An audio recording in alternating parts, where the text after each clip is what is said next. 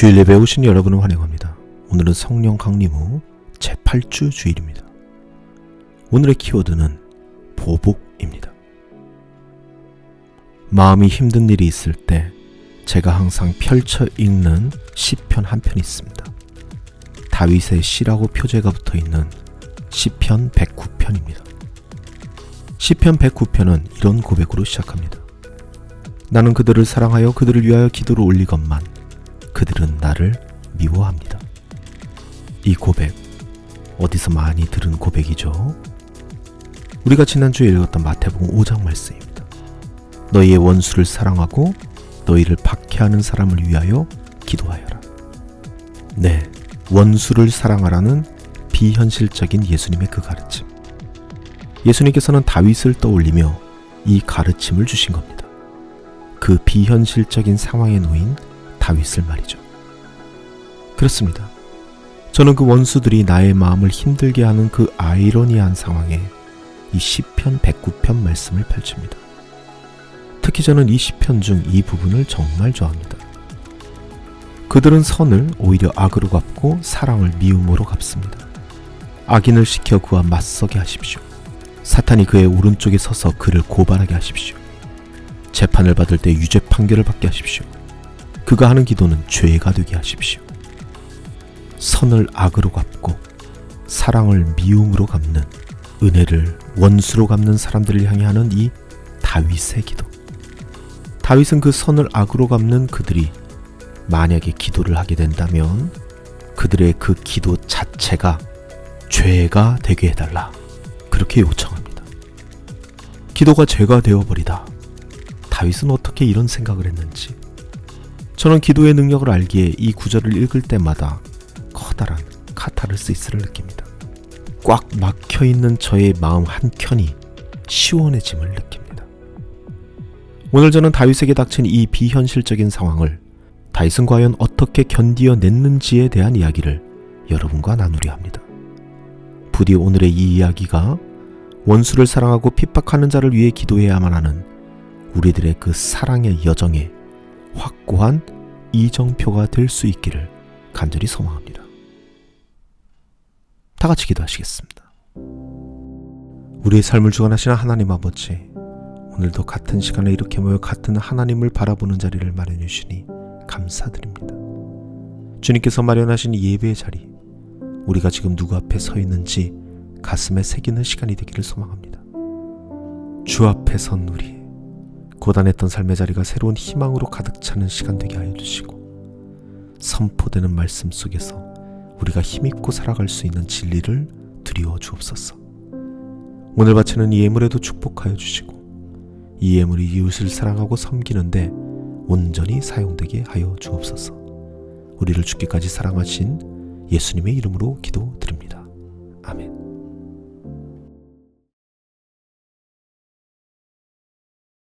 시편에는 흔히 저주의 시편이라 불리는 기도들이 있습니다. 대표적으로 시편 12편, 35편, 55편, 59편, 69편, 79편, 시편 109편, 137편이 있죠. 그리고 저주의 시편이라는 별명이 붙은 만큼 그 내용 또한 정말 살벌합니다. 그들의 눈이 어두워져서 못 보게 해주시며 그들의 허리가 흔들려서 영원히 가누지 못하게 해주십시오. 그 자식들은 아버지 없는 자식이 되게 하고 그 아내는 과부가 되게 하십시오. 그 자식들은 떠돌아다니면서 구걸하는 신세가 되고 폐허가 된 집에서마저 쫓겨나서 밥을 빌어 먹게 하십시오. 그에게 사랑을 베풀 사람이 없게 하시고 그 고아들에게 은혜를 베풀어 줄 자도 없게 하십시오. 네, 무시무시하죠. 그리고 이러한 저주의 기도는 단지 시편에만 있는 것도 아닙니다. 예언서에서도 자주 찾아볼 수 있습니다. 물론 내용 또한 시편만큼 살벌합니다. 그들이 이렇게 배은망덕하니 그들의 아들, 딸이 굶어 죽거나 전쟁에서 죽게 하여 주십시오. 그들의 아내들이 아들, 딸을 잃게 하시고 남편들을 잃어 과부가 되게 하여 주십시오. 장정들은 전쟁터에서 칼에 찔려 죽게 하여 주십시오. 여러분, 시편은 시이자 노래입니다. 즉 하나님을 향한 간절한 나의 바람, 나의 기도를 시의 형식으로, 노래의 형식으로 담아낸 것, 그것이 시편입니다.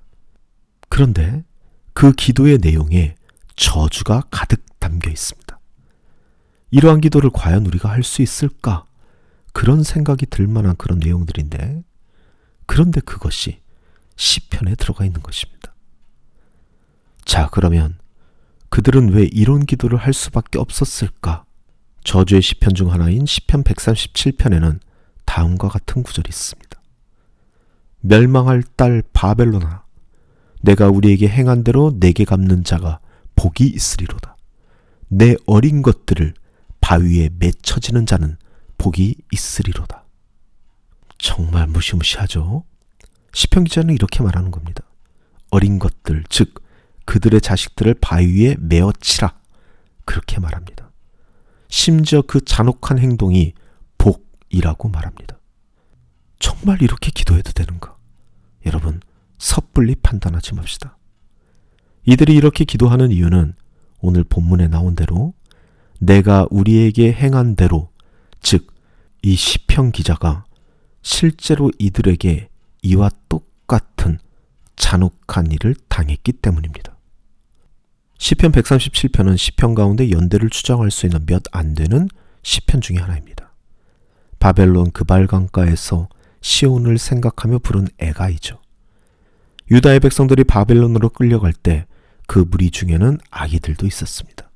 어미의 품에 안겨가던 그 아기가 울면 바벨론 병사들은 시끄럽다며 그 어미에게서 아기를 뺏어서 바위에 메어치는 겁니다.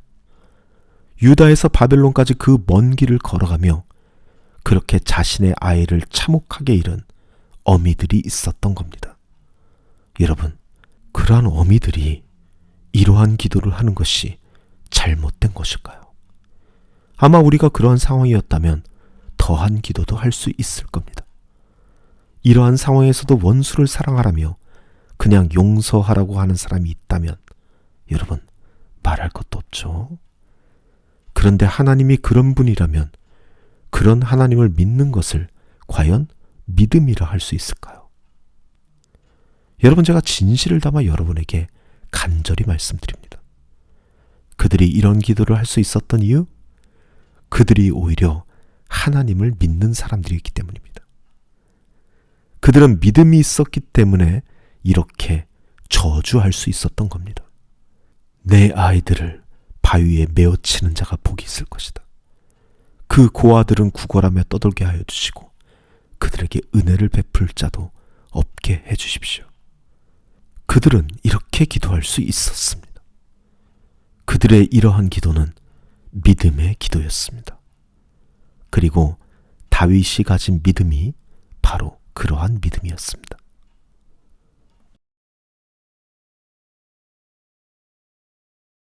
저는 여러분께 다윗의 스토리를 온전히 이해하기 위해서는 사무엘서만 볼 것이 아니라 시편도 함께 봐야 한다고 자주 말씀드렸습니다. 하나님의 마음에 합한 자라 불리는 그 다윗의 삶을 제대로 들여다보기 위해서는 말이죠. 사무엘서에서 등장하는 다윗의 모습은 상당히 인상적입니다. 특히 그를 핍박하는 사울을 상대하는 다윗의 모습은 놀라울 정도죠. 그는 사울에게 대항하지 않습니다. 그저 피하고 쫓기고 도망갈 뿐입니다. 아무런 저항도 하지 않습니다. 심지어 그는 사울을 죽일 수 있는 기회가 있었음에도 그를 죽이지 않습니다. 그는 엔게리 동굴에서 사울을 죽일 수 있었음에도 그렇게 하지 않습니다. 먼저 다윗은 사울에게 예를 갖춥니다. 다윗도 일어나 굴 속에서 밖으로 나가서 사울의 뒤에다 대고 외쳤다. 임금님, 임금님. 사울이 뒤를 돌아다보자 다윗이 땅에 엎드려 절을 하였다. 그리고 다윗은 사울의 잘못을, 다시 말하면 사울의 죄를 이렇게 지적합니다. 아버지, 지금 내가 들고 있는 임금님의 겉옷자락을 보십시오. 내가 이 겉옷자락만 자르고 임금님께 손을 대지 않았습니다. 이것을 보시면 나의 손에 악이나 죄가 없으며 임금님께 반역하거나 잘못한 일이 없다는 것도 아실 겁니다. 그런데도 임금님은 나를 죽이려고 찾아다니십니다.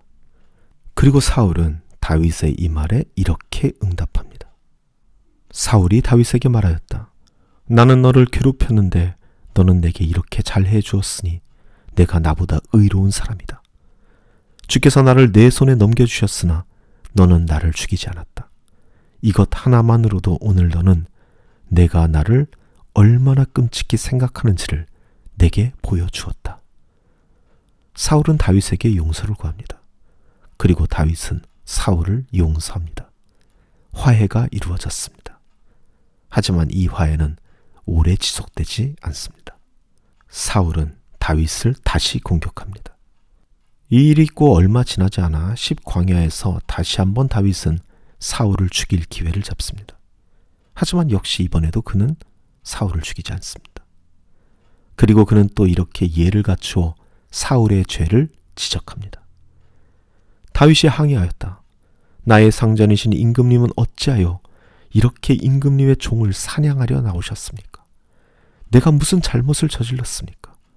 내 손으로 저지른 죄악이 무엇입니까? 그리고 사울은 다시 용서를 구합니다. 사울이 대답하였다. 내가 잘못했다. 나의 아들 다윗아, 돌아오너라. 내가 오늘 나의 생명을 귀중하게 여겨주었으니 내가 다시는 너에게 해를 끼치지 않겠다. 정말 내가 어리석은 일을 하여 아주 큰 잘못을 저질렀다. 그렇게 이들은 다시 화해합니다. 하지만 이 화해마저 오래 가지는 못합니다. 다윗은 사울의 죄를 묻고 사울은 용서를 구하지만 변하는 것은 없습니다. 사울은 계속 다윗을 공격하고 공격합니다. 원수가 되어가고 있는 것입니다.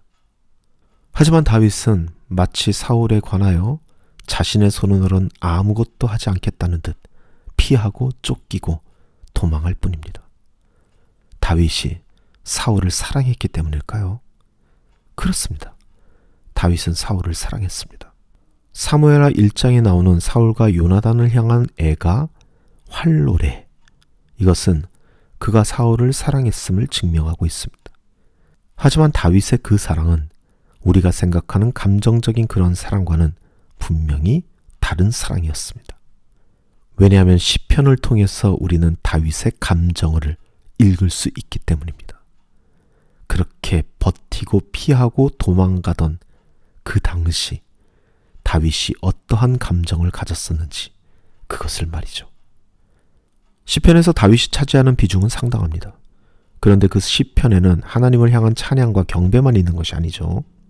그의 시편에는 저주의 시편도 등장합니다. 그리고 그 저주의 시편에는 사울이 관련된 표적으로 등장하는 시편도 있고 또한 그 저주의 대상이 사울임을 짐작할 수 있는 시편들이 등장하기 때문입니다. 대표적으로 시편 59편 있죠. 한결같은 사랑을 베푸시는 하나님께서 나를 만나려고 오실 것이니 하나님께서 내 원수가 망하는 꼴을 나에게 보여주실 것이다. 그는 사울에게 대항하진 않았습니다만 그를 저주했습니다. 시편을 통해, 기도를 통해 하나님에게 말이죠. 그는 하나님에게 쏟아놓고 사울에게는 버티는 방법을 선택합니다. 사울을 버티는 방법으로 사랑한 다윗의 이 사랑은 사도 바울이 고린도전서 13장, 즉 사랑장에서 말한 그 사랑과 닮아 있습니다. 사랑은 오래 참고 사랑은 온유하며 모든 것을 참으며 모든 것을 믿으며 모든 것을 바라며 모든 것을 견디느니라. 모든 것을 참는 것으로 시작하여 모든 것을 견디어내는 것으로 끝나는 사랑. 다윗은 사울을 참고 견디어내는 것으로 그는 그의 사랑을 실천합니다. 그리고 훗날 압살롬에게서 쫓길 때에도 다윗은 똑같은 방법을 선택합니다. 주님, 일어나십시오. 나의 하나님, 이 몸을 구원해 주십시오. 아, 주께서 내 모든 원수들의 턱을 치시고 악인들의 이빨을 부러뜨리셨습니다. 자신이 마땅히 사랑해야만 했던 그의 장인과 그의 아들이 원수가 되어버린 이 아이러니하고 비현실적인 이 상황을 말이죠. 그는 사람을 향해서는 견디는 사랑을 실천하고 하나님을 향해서는 믿음으로 정직한 분노를 쏟아내었던 것입니다.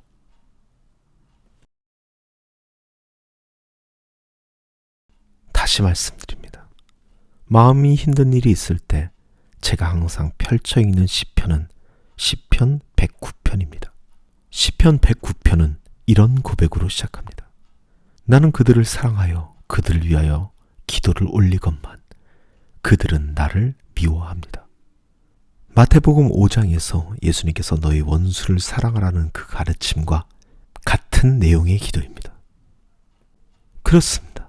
저는 저의 원수들이 저의 마음을 힘들게 하는 그 아이러니한 상황에 이 시편 109편 말씀을 펼칩니다. 특히 저는 이 시편 중 이 부분을 정말 좋아합니다. 그들은 선을 오히려 악으로 갚고 사랑을 미움으로 갚습니다. 악인을 시켜 그와 맞서게 하십시오. 사탄이 그의 오른쪽에 서서 그를 고발하게 하십시오. 재판을 받을 때 유죄 판결을 받게 하십시오. 그가 하는 기도는 죄가 되게 하십시오. 선을 악으로 갚고 사랑을 미움으로 갚는 은혜를 원수로 갚는 사람들을 향해 하는 이 다윗의 기도.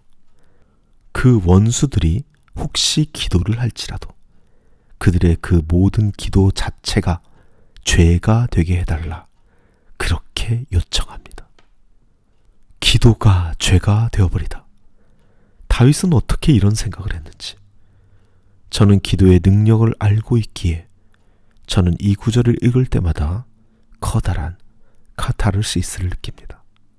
꽉 막혀있는 저의 마음 한켠이 시원해짐을 느낍니다. 그리고 이어지는 구절들 또한 저의 기도로 삼으며 읽어내려갑니다. 그가 살날을 짧게 하시고 그가 하던 일도 다른 사람이 하게 하십시오. 그 자식들은 아버지 없는 자식이 되게 하고 그 아내는 과부가 되게 하십시오. 그 자식들은 떠돌아다니면서 구걸하는 신세가 되고 폐허가 된 집에서 마저 쫓겨나서 밥을 빌어먹게 하십시오. 빚쟁이가 그 재산을 모두 가져가고 낯선 사람들이 들어닥쳐서 재산을 모두 약탈하게 하십시오. 그에게 사랑을 베풀 사람이 없게 하시고 그 고아들에게 은혜를 베풀어 줄 자도 없게 하십시오. 자손도 끊어지고 후대에 이르러 그들의 이름까지도 지워지게 하십시오.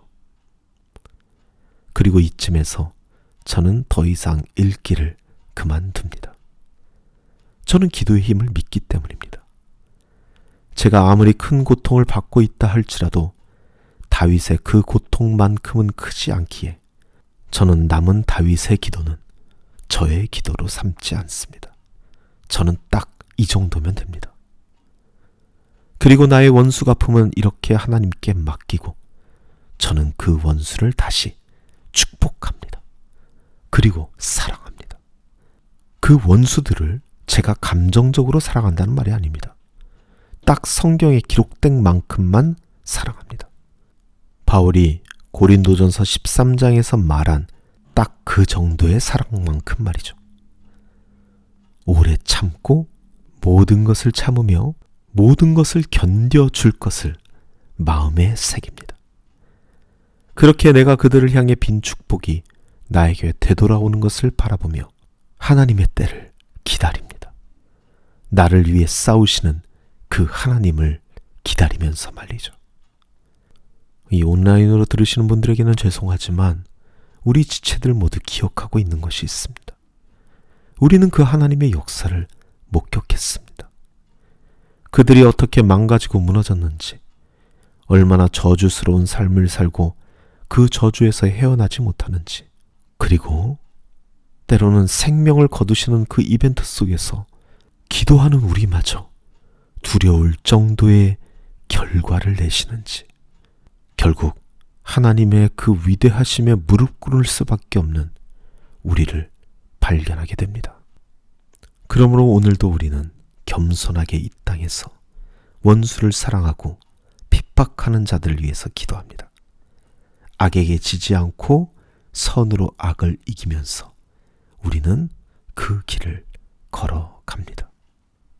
그러므로 아무에게도 악을 악으로 갚지 말고 모든 사람에게 보기에 선한 일을 하려고 애쓰십시오.